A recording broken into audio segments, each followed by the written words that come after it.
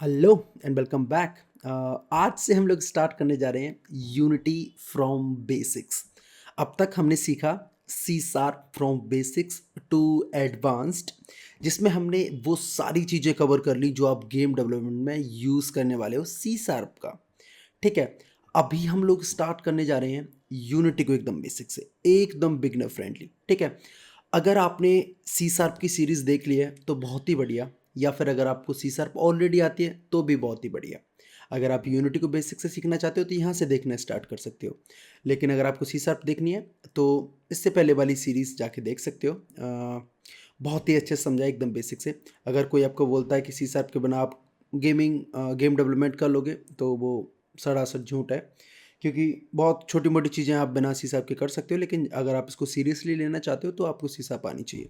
ठीक है। सो आज हम लोग बहुत ही बेसिक से स्टार्ट करने जा रहे हैं यूनिटी की बहुत ही basic terminologies and basic C sharp का स्ट्रक्चर समझेंगे एंड इसका कंपोनेंट सिस्टम भी समझ ही लेंगे। तो सबसे पहले मैं इसका एक इंटरफेस का ओवरव्यू दे देता हूँ। वैसे तो मैंने प्रीवियस वीडियोस में भी दे रखा है। सो ये होती है हायरार्की। यहाँ पे हम सारी अपनी गेम ऑब्जेक्ट्स को रखते हैं। ये अपना प्रोजेक्ट टैब है, जिसके अंदर हमारी सारी की सारी फाइल्स होती हैं। कंसोल के अंदर आप लॉग्स देख सकते हो। सीन व्यू के अंदर आप जो भी मॉडिफाई करोगे वो सब दिखेगा, इसमें आप मूव कर सकते हो। गेम वो विंडो है जो आपके एग्जैक्ट आपके डिवाइस पे जाके दिखने वाली है। आप चाहो तो इसको सिमुलेटर में चेंज करोगे तो यहाँ पे एक सिमुलेटर बन के भी आ जाएगा। That's it. इंस्पेक्टर मीन्स आप जो भी गेम ऑब्जेक्ट को सेलेक्ट करोगे उसकी प्रॉपर्टीज़ यहाँ पे आपको दिखेंगी। बेसिक इतना ही है। इसके बाद आपकी ये प्ले बटन है, ये पॉज बटन है। अगर आप प्ले करके कुछ भी आप प्ले कर रहे हो एंड इसको पॉज कर देते हो, आप चाहते हो कि एक नेक्स्ट फ्रेम बस आगे जाना, तो आप नेक्स्ट पर क्लिक कर दो। जस्ट एक ही फ्रेम एग्जीक्यूट होगा। ठीक है। ये सारी चीज़ें बेसिक्स क्लियर हो गए होंगे आई थिंक। एंड ये जो है आपका ट्यूटोरियल 4, ये हमने एक सीन बना रखा है। आप चाहो तो मैं दिखा देता हूँ। सीन एज इन आप बोल सकते हो कि एक पार्ट ऑफ गेम होता है जिसके अंदर बहुत सारी चीज़ें टू एंड फ्रो हो रही होती हैं। लेकिन let's start our basics from C sharp and Unity. So सबसे पहले हम लिखेंगे इधर एक ठीक है, कंपोनेंट सिस्टम को समझते हैं। कंपोनेंट सिस्टम, ठीक है। ये हमने कंपोनेंट सिस्टम डाला। अगर आपको कभी भी स्क्रिप्ट ऐड करनी है, मीन्स सी शार्प ऐड करनी है किसी भी गेम ऑब्जेक्ट पे, आप चाहो तो यहाँ भी डायरेक्टली बना सकते हो, create and C sharp script. आप चाहो तो डायरेक्टली यहाँ कंपोनेंट सिस्टम, मतलब जो भी आपका गेम ऑब्जेक्ट पे ऐड करनी है उसको सेलेक्ट करो, ऐड कंपोनेंट पे करो एंड यहाँ पे क्लिक कर दो कंपोनेंट सिस्टम। ठीक है। ऐड करो and create and add button को दबा दो, तो ये एक नया कंपोनेंट ऐड हो गया। बेसिकली आप किसी भी अगर गेम ऑब्जेक्ट को सेलेक्ट करोगे, उसके बाद आपको जहाँ पे जितनी भी प्रॉपर्टीज़ दिखेंगी वो सब उस गेम ऑब्जेक्ट के कंपोनेंट्स हैं। एक एम्प्टी गेम ऑब्जेक्ट हमेशा ट्रांसफॉर्म कंपोनेंट के साथ आती है। ये कभी भी आपका डिस्ट्रॉय नहीं किया जा सकता। ये बाय डिफ़ॉल्ट एक ऐसा कंपोनेंट है जो आएगा ही आएगा। इसके बाद आप जितनी फंक्शनैलिटी बढ़ाना चाह रहे हो वो आप ऐड ऑन कर सकते हो बाई एडिंग योर कंपोनेंट्स। सो सबसे पहले हल्का सा बेसिक्स और समझ लेते हैं। अपना स्क्रिप्ट में जाके मैं जूम इन कर लेता हूँ ताकि आप लोगों को अच्छे से दिखे। सो ये जो है स्टार्ट मेथड, ये जैसे ही गेम स्टार्ट होगा उसके फर्स्ट फ्रेम पे कॉल होता है स्टार्ट मेथड। ठीक है। एंड अपडेट कॉल होता है हर एक फ्रेम पे। फ्रेम समझ रहे हो, जो भी आप स्क्रीन पर देख रहे हो ना, एज इन वीडियो 30 फ्रेम्स की होती है। जब भी वीडियो चलती है तो 1 सेकंड के अंदर 30 पिक्चर्स प्ले हो रही होती हैं। सेम गेम के अंदर होता है, 1 सेकंड के अंदर अगर 60 FPS पे गेम चल रहा है, मीन 60 फ्रेम्स रेंडर हो रहे हैं। एंड वो 60 फ्रेम्स का मतलब ये है कि इसके अंदर का कोड 60 टाइम्स चला है एंड उसके बाद वो वहाँ पे रेंडर हो रहे हैं चेंजेस। ठीक है। ये दो मेथड हो गए। इसके बाद आपका एक होता है अवेक। ये बहुत ही इंटरेस्टिंग मेथड है। ये आपका स्टार्ट से भी पहले कॉल हो जाता है। एंड अगर आपकी ऑब्जेक्ट इनेबल नहीं है, मीन्स अगर आपकी ये ऑब्जेक्ट यहाँ से डिसेबल्ड है, तब भी आपका अवेक कॉल हो जाएगा। ठीक है। सबसे पहले आपका अवेक होगा। मैं इसको ऊपर लिख देता हूँ ताकि कन्फ्यूजन ना हो। सबसे पहले awake, then start, then update. अभी के लिए आप इन तीन को ही समझो क्योंकि इन तीन को ही मोस्टली आप यूज़ करोगे। चलो एक और बता देता हूँ। फिक्स्ड अपडेट भी है एक। फिक्स्ड अपडेट क्या होता है? ऐसे मान के चलो कि एक पर्टिकुलर टाइम फ्रेम के बाद ही कॉल होगा। ऐसा नहीं कि अपडेट का क्या होता है, हर एक फ्रेम पे कॉल होगा एंड इससे टाइम का कोई लेना देना नहीं है, लेकिन ये टाइम से बाउंडेड है। ये मान के चलो अगर इसको 60 फ्रेम्स पर सेकंड कॉल होने के लिए बोला गया है, तो ये एक सेकंड में 60 टाइम्स ही कॉल होगा एंड नॉट डिपेंडेंट टू, अगर मान लो आपकी सीपीयू की कैपेसिटी ज़्यादा भी है तब भी ये ज़्यादा टाइम्स कॉल नहीं होगा। बस ऐसा मान के चलो कि इसको इसलिए बनाया गया है ताकि हम फिज़िक्स रिलेटेड टास्क्स को इसके अंदर डालें एंड एग्जीक्यूट करें एंड उनकी जो कैलकुलेशन है, जो हमने सोचा था कि इतने टाइम में ये चीज़ इधर से उधर करनी है, वो सारी कैलकुलेशंस ठीक हो।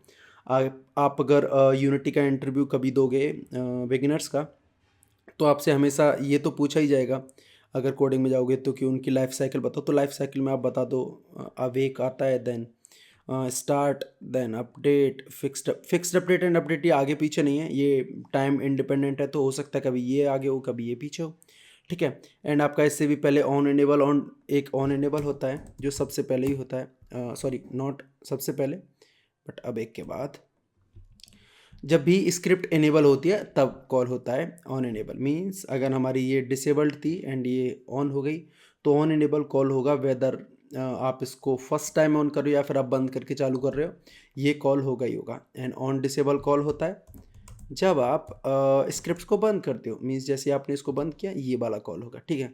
अभी चलो इन बेसिक चीज़ों को समझ लेते हैं, लाइक इनको ऑन ऑफ करके भी देख लेते हैं एटलीस्ट। चलो स्टार्ट करते हैं हम अब एक से, ठीक है। इधर हमने लगाया सबसे पहले, सॉरी, debug.log अब एक कॉल्ड, ठीक है। अब सबसे पहले हमने सिर्फ अवेक में लगाया है, तो हम जाके देखेंगे कि अवेक कॉल्ड इधर लिखा आता है या नहीं। मैं वार्निंग्स को बंद कर दे रहा हूँ, लेट्स सी। आई थिंक मैंने एक चीज़ मिस कर दी,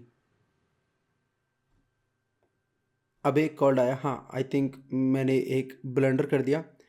जब गेम ऑब्जेक्ट्स बंद होती हैं तब अब एक कॉल नहीं होता है, माई मिस्टेक। मैंने कहीं पे देखा था, एक्चुअली मैंने किसी एआई चैट वगैरह से किसी से, इधर चैट जीपीटी या जीरोक से किसी से तो पूछा था, उन्होंने बताया था कि अब एक कॉल होता है बंद गेम ऑब्जेक्ट्स पे भी, बट दैट्स नॉट ट्रू। सो हाँ, कॉल होता है, स्टार्ट से पहले कॉल होता है बट इनेबल होनी चाहिए, ठीक है। अपना अब एक हो गया, इसके बाद हम आते हैं अपने इनेबल पे, ठीक है। हम आ गए इनेबल पे, इसमें हम डालेंगे इनेबल कॉल्ड, इसको हम कर देते हैं कमेंट आउट एंड हम डिसेबल भी बना देते हैं। बेसिक चीज़ों को समझ लेते हैं फिर और आगे बढ़ेंगे। ये हो गया अपना डिसेबल कॉल्ड, ठीक है। अब देखो इसको हम ऑन कर लेते हैं, हमको पता है कि स्क्रिप्ट्स नहीं चलेंगी जब तक ये ऑन नहीं होगा। तो सबसे पहले देखो इनेबल कॉल्ड हो गया, क्यों? क्योंकि ये ऑन है ऑलरेडी। अगर मैं इसको बंद कर दूं तो क्या होगा, ये हमने सेलेक्ट करा एंड बंद कर दिया, डिसेबल कॉल्ड। अगर मैं इसे फिर से ऑन कर दूं, इनेबल कॉल्ड, फिर से बंद कर दूं, डिसेबल कॉल्ड, ऑन कर दूं, इनेबल कॉल्ड। सो ये आप समझ गए, मीन्स अगर कोई ऐसा गेम में चीज़ है जो आपको करनी है गेम ऑब्जेक्ट के इनेबल डिसेबल होने पर, तो उस केस में ये आपके यूज़ में आएगा, ठीक है। इन सारे मेथड्स को मैं हटा देता हूँ जो कि आपको मैंने समझा दिए। इधर कर देते हैं debug.log स्टार्ट कॉल्ड, ठीक है। ये आपका फर्स्ट फ्रेम पे कॉल होगा। चाहो तो मैं इसको भी एक बारी आपको दिखा देता हूँ, स्टार्ट कॉल्ड लिखा आना चाहिए इधर, या स्टार्ट कॉल्ड भी आ गया। एंड जो मैंने बताया था अपडेट कॉल्ड, अपडेट बहुत सारे लॉग्स अभी डालेगा तो थोड़ा संभल के, बमबारी होने वाली है लॉग्स की। अब देखना इधर, इस आपको अपडेट का मतलब साफ साफ समझ में आ जाएगा। देखो मैंने जैसे ही स्टार्ट किया, मैं एक सेकंड के लिए भी नहीं चला रहा हूँ इसको, मैंने इंस्टेंटली बंद कर दिया, लेकिन 290 टाइम्स अपडेट ऑलरेडी कॉल हो चुका था। समझ रहे हो ये कितने टाइम्स ये मेथड चलता है? बस सेम ही फिक्स्ड अपडेट का है, ये थोड़ा लिमिटेड टाइम के लिए चलता है। सो ये अपनी बेसिक चीज़ें हो गई क्लियर। अभी हम जो करने वाले हैं वो यूनिटी के कंपोनेंट सिस्टम को समझेंगे, ठीक है। क्योंकि हमने स्क्रिप्ट का नाम ही कंपोनेंट सिस्टम रखा है तो उसको समझ भी लेते हैं। सो बेसिकली कंपोनेंट सिस्टम क्या होता है, ये जो भी आप यहाँ पे कंपोनेंट ऐड करते हो वो एक कंपोनेंट सिस्टम बनाता है। गेम ऑब्जेक्ट के साथ। इसको एक एग्जांपल से समझते हैं। जैसे एक आपने अगर कहीं भी लीगो वाला गेम देखा हो, तो उसमें क्या होता है, एक इम्पटी बेस होता है, देन उसके बाद आप जो चाहो वो ऐड कर सकते हो उसमें। व्हील्स होते हैं, व्हील्स का एक कंपोनेंट होता है, देन ब्लॉक्स का कंपोनेंट होता है, डिफरेंट टाइप्स ऑफ ब्लॉक्स होते हैं, डिफरेंट टाइप्स ऑफ उनकी प्रॉपर्टीज़ होती हैं। तो डेफिनेटली वो डिफरेंट यूज़ केसेस के लिए होते हैं। सेम यहाँ पे अगर आप जाके देखोगे तो यहाँ पे बहुत सारे कंपोनेंट्स हैं। जैसे कि आपका ऑडियो वाला हो गया, ऑडियो से रिलेटेड ये सारे कंपोनेंट्स हैं, ठीक है। अगर आप CW, ये मैंने एक वो इंपोर्ट कर रखा है, उसको छोड़ो। सिनेमा सीन ये भी आप छोड़ो, ये इंपोर्ट करने के बाद ही आया है। हाँ, फिज़िक्स 2D, ये फिज़िक्स से रिलेटेड जो भी कंपोनेंट्स हैं वो इधर डले हुए हैं। अगर आपको यूज़ करने में, यूज़ भी कराऊंगा जब भी ज़रूरत पड़ेगी। फिज़िक्स से रिलेटेड मीन्स जो 3D वर्ल्ड वाली फिज़िक्स है, ये कंपोनेंट्स हैं, ये यूज़ होंगे। ये ग्रीन में दिखते हैं, इन्होंने ग्रीन में डाल रखे हैं। प्लेबल्स का आपके लिए अभी यूज़ नहीं है, और स्क्रिप्ट जो मैंने अभी बना दी हैं वो यहाँ पर दिख रही हैं, बट लीव इट। एंड ये UI मीन्स जो ऑन स्क्रीन आपका दिखता है ना, कभी बटन दिख रही है, कभी इमेज दिख रही है, एंड कभी स्क्रॉल बार दिख रहा है, कभी स्लाइडर दिख रहा है, कभी टेक्स्ट दिख रहा है। तो ये सारी जो चीज़ें होती हैं ये UI से ही आती हैं, ठीक है। तो ये सब मिलके ही एक गेम को बनाते हैं। ये सारा का सारा एक कंपोनेंट का सिस्टम ही है। हम एक बेसिक सी चीज़ अभी करेंगे, हम रन टाइम पे अपने गेम में कंपोनेंट सिस्टम ऐड करेंगे। सो सबसे पहले हम क्या करेंगे, यहाँ पे एक एम्प्टी प्लेन बना लेते हैं, ठीक है। इसको हमने करा रीसेट, ये इधर आ गया। देन हमने एक बनाई बॉल स्फीयर, ठीक है। इसको भी रीसेट कर देते हैं भाई, एंड इसकी बाई पोजीशन को हम कर देते हैं 5। चलो 6 होगी, चलो 5 रख लेते हैं, ठीक है। अभी आप एक चीज़ देखो, मैंने ये कंपोनेंट सिस्टम बनाया, मैं इस स्क्रिप्ट को वहाँ से हटा के स्फीयर पर लगा दे रहा हूँ, क्योंकि मैं चाहता हूँ कि आप कंफ्यूज ना हो। अभी रेफरेंस लेना मैं इसमें सिखा नहीं रहा हूँ, तो आप कहीं कंफ्यूज हो जाओ उसमें कि भाई रेफरेंस तो लिया ही नहीं था, क्या हो गया ये। अभी देखो, अपनी ये जो बॉल है, अगर मैं अभी इसको प्ले कर दूँ तो देखना क्या होगा। कुछ भी नहीं हुआ, यहीं की यहीं अटकी हुई है। क्यों अटकी हुई है वो तो आपको भी नहीं पता, मैं बताता हूँ। इसमें अभी फिजिक्स इनेबल्ड नहीं है, तो फिजिक्स को इनेबल करने के लिए जो सबसे कोर कंपोनेंट है वो होता है रिजिड बॉडी। सो हमने यहाँ पर डायरेक्टली अगर हमने रिजिड बॉडी डाल दिया, एंड देखना इसमें यूज़ ग्रेविटी ऑन होना चाहिए। सो लेट्स सी क्या होता है। जैसे ही मैंने रिजिड बॉडी डाला, आप देख सकते हो ये फॉल कर गया, एज इन रियल वर्ल्ड में किसी ऑब्जेक्ट को ड्रॉप कर दिया हो। इसी चीज़ को हम चाहें तो कोड से भी कर सकते हैं। इतने दिन से हम कोड ही तो सिखा रहे थे। अब कोड से करने के लिए आपको क्या करना पड़ेगा, अभी देखना इधर नहीं है, हम इधर डाल रहे हैं एक स्टार्ट मेथड। अभी हम क्या करेंगे, सिंपली जिस भी ऑब्जेक्ट पे ये लगा हुआ है स्क्रिप्ट, अगर आप उस पर एक कंपोनेंट लगाना चाहते हो तो सिंपली आपको ट्रांसफॉर्म डॉट ऐड कंपोनेंट लिखना है। ट्रांसफॉर्म का मतलब होता है कि जिस पे ये स्क्रिप्ट लगा हुआ है ना, उसका ये ट्रांसफॉर्म, ये ट्रांसफॉर्म। इसके बाद आप जो भी कंपोनेंट लगाओगे वो इसके अंडर ही लगेगा, ठीक है। तो इसमें किस चीज़ की कमी है, रिजिड बॉडी की। हम क्या डालेंगे, rigid body, simple as that. Rigid body हमने ऐड कर दिया। क्या करा, transform dot add component rigid body. हमने बोला कि भाई एक रिजिड बॉडी नाम से कंपोनेंट इसमें ऐड कर दो, नथिंग एल्स। अभी देखना रन टाइम पे हम एक कंपोनेंट ऐड कर रहे हैं। इससे आपको समझ आएगा कि हम रन टाइम पे भी चीज़ों को एक्सेस कर सकते हैं एंड मॉडिफाई कर सकते हैं। अब मॉडिफाई वाली बात आ गई। अब बोलोगे मॉडिफाई कैसे किया, क्या किया। सो अभी दिखाता हूँ, देखो मॉडिफाई कैसे करते हैं, लेट्स सी। सो हमने फिजिक्स को ऐड कर दिया, नो वरीज, बट हमारे पास ये एक कंपोनेंट सिस्टम नाम से भी तो एक कंपोनेंट है। ये जो स्क्रिप्ट है ये एक कंपोनेंट ही तो है, राइट। तो इसको हम गेट करते हैं।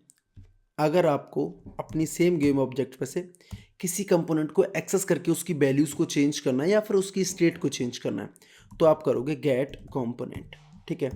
एंड गेट कंपोनेंट यहाँ पे है कंपोनेंट सिस्टम, ठीक है, कंपोनेंट सिस्टम, राइट। अभी आपने कंपोनेंट सिस्टम को गेट कर लिया। अब मैं चाहता हूँ कि ये बंद हो जाए।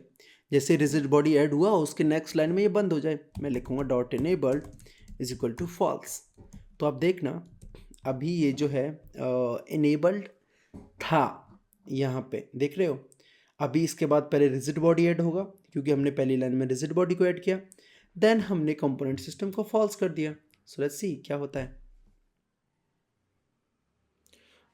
देखा सबसे पहले तो रिजिड बॉडी ऐड हो गया, देन उसके बाद आपका कंपोनेंट सिस्टम जो है वो बंद हो गया। सो यही एक बेसिक चीज़ है जो आपको आगे चल के साइमल्टेनियसली मल्टीपल टाइम्स काम में आने वाली है। मींस कंपोनेंट्स को एक्सेस करना, उनकी वैल्यूज़ को मॉडिफाई करना, बस यही गेम होता है। आप ये मान के चलो यही है जो है गेमिंग में। मैं बताता हूँ कैसे। सपोज करो आपके पास एक प्लेयर है, उसको मूवमेंट देना है, क्या करोगे आप? उसके ट्रांसफॉर्म की वैल्यूज़ को चेंज करोगे, राइट। एंड उसमें कॉलिजन को डिटेक्शन कराना है, आप उसके कोलाइडर को और रिजिड बॉडी को यूज़ करोगे फिजिक्स के लिए, राइट। अगर आपको उसका फिजिकल प्रेजेंस बंद कर देना है, सॉरी विजुअल प्रेजेंस बंद कर देना है, मैस रेंडर बंद कर दोगे, वो वहाँ पे है लेकिन दिख नहीं रहा, ठीक है। ये सारी चीज़ों को ही तो आप एक्सेस करोगे। हो सकता है आप इसके मटेरियल का कलर चेंज करना चाह रहे हो, तो मैस रेंडर के अंदर जाओगे आप एंड वहाँ से मटेरियल को पिक करोगे एंड उसका कलर चेंज करोगे। ये सब बेसिक एंड सबसे इम्पोर्टेंट चीज़ें हैं। जब भी लोग गेम डेवलपमेंट में घुसते हैं इन चीज़ों को मिस कर देते हैं, थोड़ा कहीं से भी ट्यूटोरियल देख के आगे की तरफ बढ़ जाएंगे। बट नो वरीज, मैं इनको इसलिए बता रहा हूँ क्योंकि ये बार बार यूज़ में आएंगी एंड यही इसका क्या बोल सकते हैं बिल्डिंग ब्लॉक है गेम डेवलपमेंट का। इसका ये जो कंपोनेंट सिस्टम है यही इसका बिल्डिंग ब्लॉक है। आप ये मान के चलो जिस दिन आपको समझ में आ गया कैसे वैल्यूज़ को गेट करना है, कैसे वैल्यूज़ को सेट करना है, कैसे कंपोनेंट्स को मॉडिफाई करना है, कैसे उनको यूज़ करना है, कैसे एक्सेस करना है, ये सारी चीज़ें जिस दिन सीख जाओगे आगे खुद ही आपका लॉजिक बिल्डिंग शुरू हो जाएगा, ठीक है। मेन चीज़ ये है, अभी आपको एक बारी में समझ नहीं आएगा कि ये वाला कंपोनेंट किस लिए, ये वाला कंपोनेंट किस लिए है। करते करते ये सारी चीज़ें आएंगी। जैसे रिजिड बॉडी का मैंने अभी बता दिया, ये फिजिक्स के लिए है। तो आपको समझ में आ गया होगा कि अगर हमको किसी ऑब्जेक्ट में फिजिक्स डालना है तो हमको उसे रिजिड बॉडी वाला कंपोनेंट देना पड़ेगा। रिजिड बॉडी से क्या होगा, आपकी ग्रेविटी आ जाएगी, आपका मास आ जाएगा वॉल में, आपकी फोर्स आ जाएगी ड्रैग वाली, एंगुलर ड्रैग आ जाएगी, ऑटोमेटिक सेंटर ऑफ मास का मतलब ये जो इसका स्फीयर का मैस है उसका सेंटर डिटेक्ट कर लेगा, ठीक है। ये सारी चीज़ें हैं जो बहुत ही बेसिक्स हैं एंड आपको समझनी चाहिए। इसलिए मैं इस वाले ट्यूटोरियल में बहुत ही बेसिक चीज़ पे ही अड़ा हुआ हूँ, कंपोनेंट सिस्टम। एंड इसको आप चाहे तो 2 बार देखो या 3 बार देखो, ये पूरी की पूरी चीज़ आपको आनी चाहिए एकदम सॉलिड तरीके से, क्योंकि ये चीज़ ही पूरे के पूरे आगे आने वाले कोर्स में यूज़ होगी। So I think that's it for this video guys. मैंने बहुत ज़्यादा फोर्स करा है आपको कंपोनेंट सिस्टम को सीखने के लिए, बट ये नेसेसरी है। So I think that's it for this video guys. मिलते हैं नेक्स्ट वीडियो में। Bye bye.